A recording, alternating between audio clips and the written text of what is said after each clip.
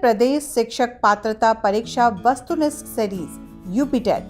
ये सीरीज उन अभ्यर्थियों के लिए है जो उत्तर प्रदेश शिक्षक पात्रता परीक्षा यानी कि यूपीटीईटी में शामिल हो रहे हैं। इस सीरीज में हम रोजाना यूपीटेट की परीक्षा में पूछे जाने वाले प्रश्नों के समतुल्य 20 प्रश्नों पर विश्लेषणात्मक चर्चा करेंगे। यूपीटेट से संबंधित प्रश्नों का संपूर्ण संकलन प्रभात प्रकाशन की पुस्तक में दिया गया है। ये पुस्तक एनसीईआरटी, एससीईआरटी एवं उत्तर प्रदेश बेसिक शिक्षा परिषद के दिशा निर्देशों पर आधारित है, जिसे आप अमेज़न या फ्लिपकार्ट से भी खरीद सकते हैं, जिसका लिंक नीचे डिस्क्रिप्शन में दिया गया है। आइए शुरू करते हैं आज का ये सेट। आइए शुरू करते हैं सेट नंबर 4। हल प्रश्न पत्र 1 से 5 फरवरी 2016 की। क्वेश्चन नंबर 1, एक परिस्थिति में अर्जित ज्ञान का दूसरी परिस्थिति में उपयोग कहलाता है। ऑप्शन ए सीखने की विधियां, बी सीखने में स्थानांतरण, सी सीखने में पठार, डी सीखने में रुचि। और इसका सही जवाब होगा ऑप्शन बी। माना कोई शिक्षार्थी कक्षा में सीखता है कि 8 - 2 = 6 होता है। अब शिक्षार्थी घर जाकर फ्रिज में रखे 8 अंडों में से 2 अंडे निकालकर ये समझता है कि फ्रिज में अब शेष 6 अंडे रह गए होंगे।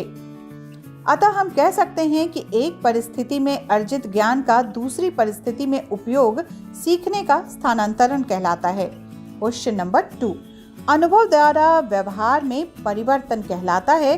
ऑप्शन ए है स्मृति, बी सीखना, सी प्रेरणा, डी चिंतन। और इसका सही जवाब होगा ऑप्शन बी। अनुभव द्वारा व्यवहार में परिवर्तन सीखना कहलाता है। क्वेश्चन नंबर 3, ये अवस्था जो कि माता के 21वें गुणसूत्र जोड़े के अलग न हो पाने के कारण होती है कहलाती है।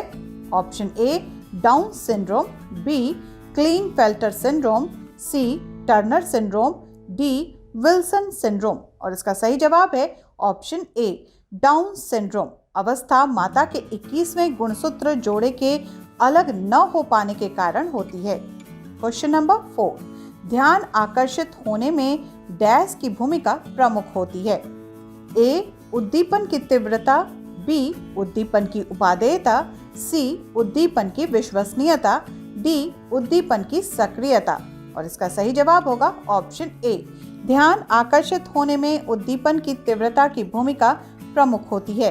कम या मंद उद्दीपन की अपेक्षा तीव्र उद्दीपन व्यक्ति का ध्यान आकर्षित करता है। क्वेश्चन नंबर 5, अष्टछाप के कवि नहीं हैं। ए नाभादास, बी कृष्णदास, सी परमानंद दास, डी नंददास।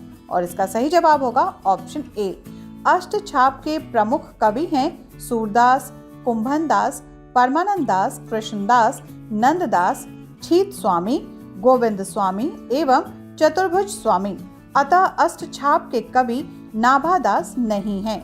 क्वेश्चन नंबर 6, जो वाणी द्वारा व्यक्त न किया जा सके। ऑप्शन ए आत्म साक्षात्कार, बी स्वानुभूति, सी अनिवर्चनीय, डी रहस्य। और इसका सही जवाब होगा ऑप्शन सी।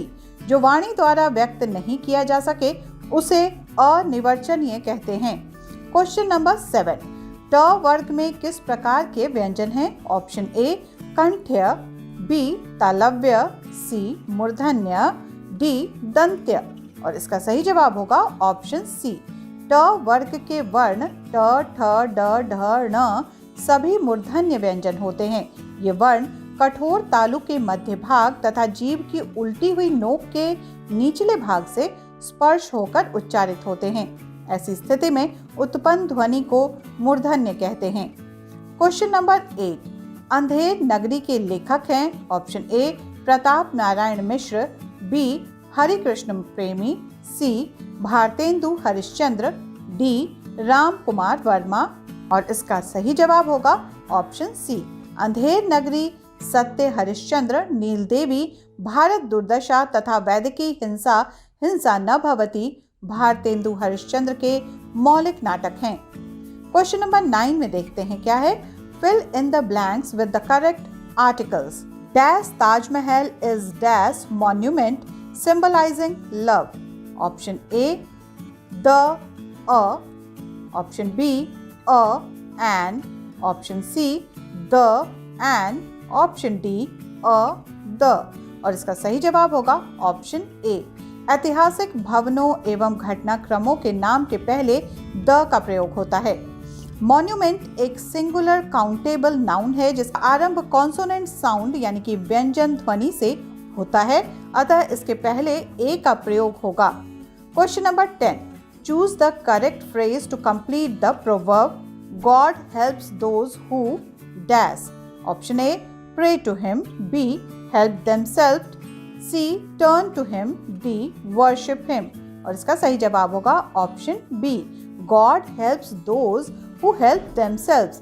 ही उपयुक्त प्रोवर्ब है। Question number 11, the girl child Lucy is an poem written by. Option A, John Keats. B, William Wordsworth. C, William Shakespeare. D, P B. Shelley. और इसका सही जवाब है option B, the girl child Lucy William Wordsworth की रचना है। Question number 12, fill in the blanks with the appropriate model. The villagers dash read and write their mother tongue. Option A, may. Option B, can. Option C, should. Option D, with. और इसका सही जवाब होगा option B, वाक्य के संदर्भ में दिए गए विकल्पों में से ही कैन ही उपयुक्त शब्द है। क्वेश्चन नंबर 13, एक कोण का संपूरक कोण उसके कोटि पूरक कोण का 3 गुना है तो कोण है। Option A, 50 degree. B, 40 degree. C, 45 degree. D, 35 degree. और इसका सही जवाब होगा ऑप्शन सी, माना वो कोण x है तब प्रश्नानुसार 180 degree minus x is equal to 3 into 90 degree minus x, यानी कि 180 degree minus x is equal to 270 degree minus 3x। 2x is equal to 90 degree, x is equal to 45 degree. अब देखते हैं क्वेश्चन नंबर 14 में क्या है। कोई छात्र 5050 को 550 लिखता है, इसका अर्थ है कि ऑप्शन ए, स्थानीय मान की अवधारणा स्पष्ट नहीं है। बी, संख्याओं का ज्ञान नहीं है। सी, गणित का ज्ञान नहीं है। डी, जोड़ का ज्ञान नहीं है। इसका सही जवाब होगा ऑप्शन ए, यदि कोई छात्र 5050 को 550 लिखता है तो इससे स्पष्ट होता है कि उसे स्थानीय मान की अवधारणा का सही ज्ञान नहीं है। क्वेश्चन नंबर 15, यदि दो वृत्तों की परिधियों में 3 बराबर 1 का अनुपात है तो वृत्तों के क्षेत्रफलों में अनुपात होगा। ऑप्शन ए, 3 बराबर 4। बी, 9 बराबर 1। सी, 5 बराबर 6। डी, 2 बराबर 3। और इसका सही जवाब होगा ऑप्शन बी।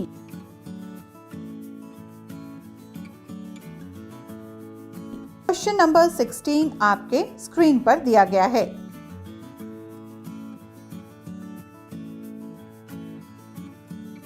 क्वेश्चन नंबर 17 देखते हैं क्या है। जैविक समुदाय में प्राथमिक उपभोक्ता हैं। ऑप्शन ए, मांसाहारी। बी, सर्वाहारी। सी, शाकाहारी। और ऑप्शन डी है डेट्रीटिवोर। और इसका सही जवाब होगा ऑप्शन सी, जैविक समुदाय में पौधे उत्पादक होते हैं तथा जो इनके द्वारा भोजन प्राप्त करते हैं वो शाकाहारी होते हैं। ये प्राथमिक उपभोक्ता भी कहलाते हैं। क्वेश्चन नंबर 18, दही निर्माण हेतु सूक्ष्म जीवी उत्तरदायी हैं। Option A, Aspergillus. B, spectrococcus. Option B, option B, Streptococcus. C, retrovirus. Option D, Lactobacillus. और इसका सही जवाब होगा ऑप्शन डी, दही के निर्माण में लैक्टोबैसिलस नामक सूक्ष्म जीवी उत्तरदायी होता है। ये दूध में किण्वन क्रिया द्वारा दही का निर्माण करते हैं। क्वेश्चन नंबर 19, जब एक जीव लाभ लेता है बगैर दूसरे सहवासी जीव को प्रभावित किए तो कहलाता है। ऑप्शन ए, परजीवी। बी, सहभोजी। सी, मृतोपजीवी। डी, सहजीवी। और इसका सही जवाब होगा ऑप्शन बी, दो जातियों के बीच ऐसा संबंध जिनमें एक जीव दूसरे जीव को बिना हानि पहुंचाए लाभ लेता है उन्हें सहभोजी जीव कहा जाता है, जैसे कि मांस, फर्न, आर्किड आदि। ये वृक्षों पर वृद्धि करते हैं परंतु उन्हें हानि नहीं पहुंचाते हैं।